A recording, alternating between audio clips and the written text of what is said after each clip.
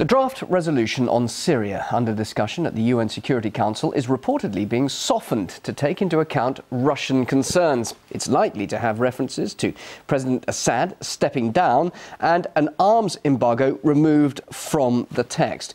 Let's get more now from this development from RT's Marina Portnar. She is in New York. Marina, why such a change in the UN, if indeed this report is true? Well, Bill, if indeed these reports coming out are true, it clearly indicates that Western countries are yielding to the demands of Russia, China, many other members of the Security Council that have said the Council should not be used as a tool to impose regime change in Syria or any other country throughout the world, that the Security Council should work in facilitating a dialogue and coming up to peaceful solutions. And as you mentioned, there are several reports coming out that this new draft resolution on Syria does drop the call for Syrian President Bashar al-Assad to step aside and hand over his powers to his deputy. That is something that the Arab League, with the support of the U.S. and Western countries, wanted. In addition, this new draft, according to reports, also removes the reference of stopping the flow of arms to Syria. This was also a big concern for Russia and other countries because there are opposition groups in Syria that are also armed, and if there was an arms embargo put on Syria, nobody knew how it would be implemented.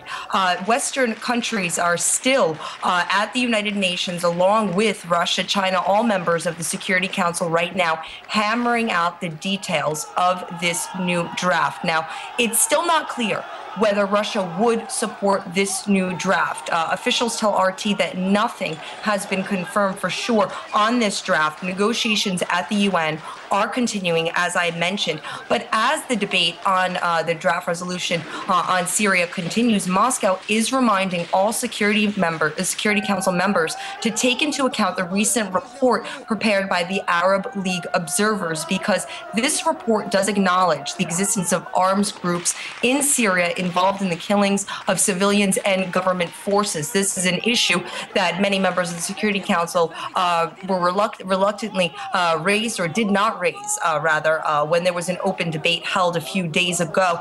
And this is a circumstance in the report that needs to be underscored and taken into consideration, according to Russia, along with many other members of the Council. So clearly this is a new development. We are going to be following it because there are discussions and ongoing negotiations at the United Nations about this draft resolution on Syria. That's not ending anytime soon. So as new information becomes available, we will, of course, update our viewers. And just briefly, of course, they are concerned that that Arab League report, as you say, should be brought into account. Is there a chance that it will be listened to now? And in fact, what impact, consequences would that have?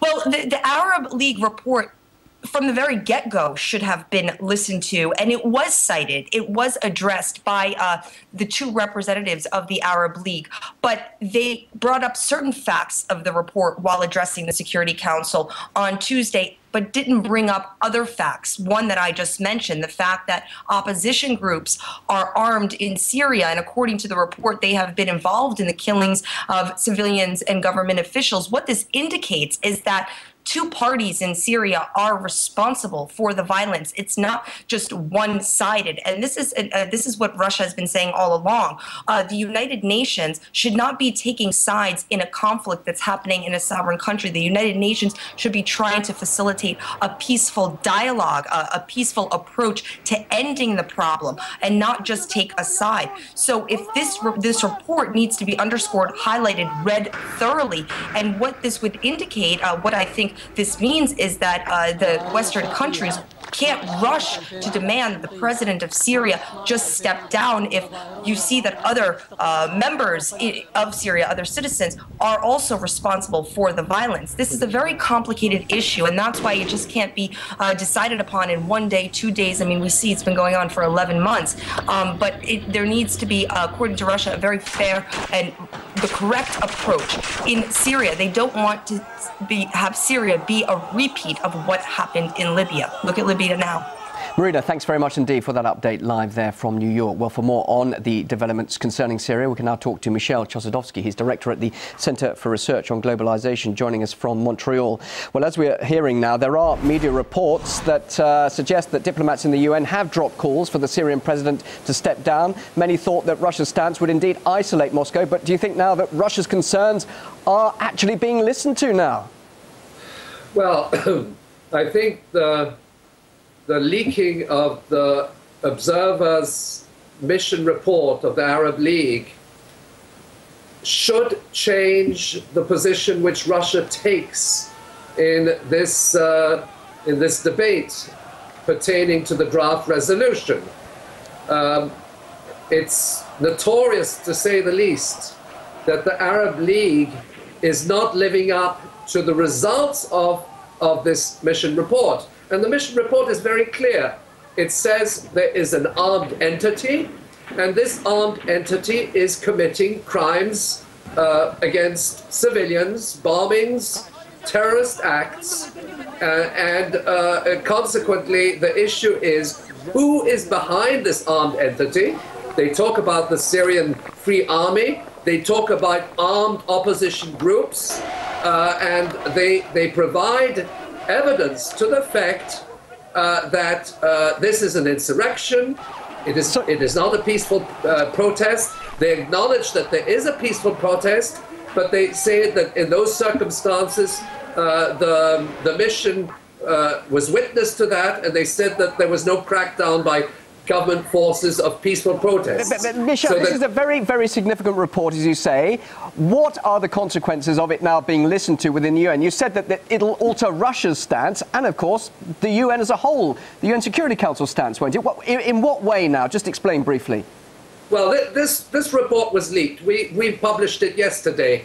All the missions of both the permanent and non-permanent members have this report.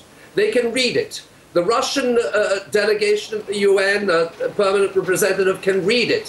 What they should do is throw out that draft resolution and have another one which actually focuses on the foreign forces, including Turkey, Israel, Saudi Arabia, which are supporting an insurgency in a sovereign country, namely Syria.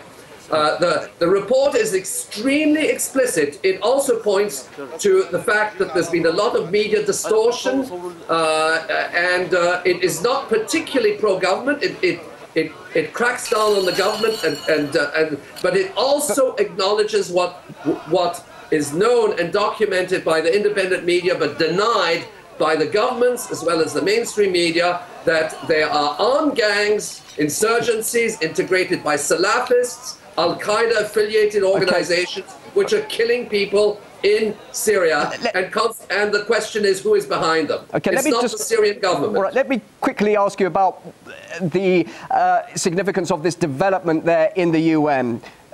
The idea that they're going to lose the call for Assad to step down and also take out any reference to stopping an arms flow going into Syria. What then should a new resolution consist of? Well, first of all, I think the resolution should be scrapped, and that this report should be made public. It should be taken very seriously. Countries like India, Portugal, Pakistan, which are members of the Security Council, non-permanent members, should investigate the matter, and the Arab League, in fact, should live by the report which it has itself commissioned. It just so happens that this observer mission is made up of people who are not necessarily politically inclined. They're independent observers, and they're saying the truth. And they're saying the truth, and ultimately the truth should prevail, and this resolution should be thrown out, and Russia should take a stance,